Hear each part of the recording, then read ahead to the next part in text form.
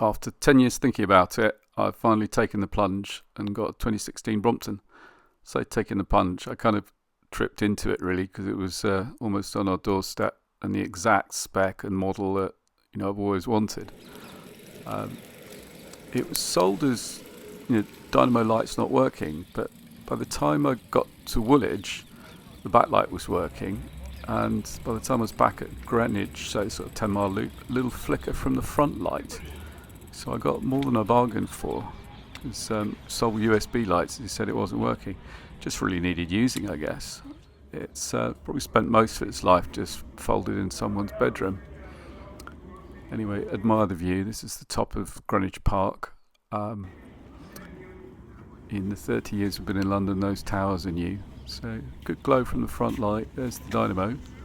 That's the conventional 123 Sturmy Archer. This is a 6-speed, so that's high-low and a bell the other side. So, don't know how many years, 100-year-old Sturmy Archer design. And then there's a little 2-speed derailleur, quite close ratio, but it makes a big difference. So this is the high-low change, and there's the bell. And then this is going to be the 1-2-3 change on the other hand. And the light's getting a little bit brighter. I think it looks a bit like a frog, the pattern. And a week on, the front light is really quite bright. And it stays on a long time, stays on 5 minutes after I stop. I've added a USB flasher. The back's very bright, but my helmet's got a USB red flasher. High-vis tyres. That white band is like a bicycle clip, really, just around it. So, been out a couple of times on it.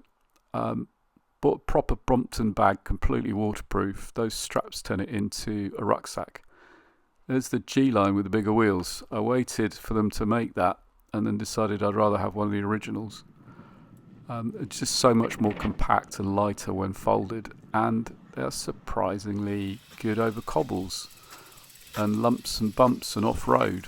So, brilliant for manoeuvring. But this sort of surface really doesn't throw it at all. It's shockingly good on this sort of stuff. The other one we've got has been gravel and mud and all sorts, which isn't what it's designed for, but it puts up with a lot. People take these proper long distance touring with a load on. What they tend to do is either put a smaller chainring on the front or have a dual chainring on the front if they're fully laden. I bought some bags from Decathlon, so bar bag and one on the tube.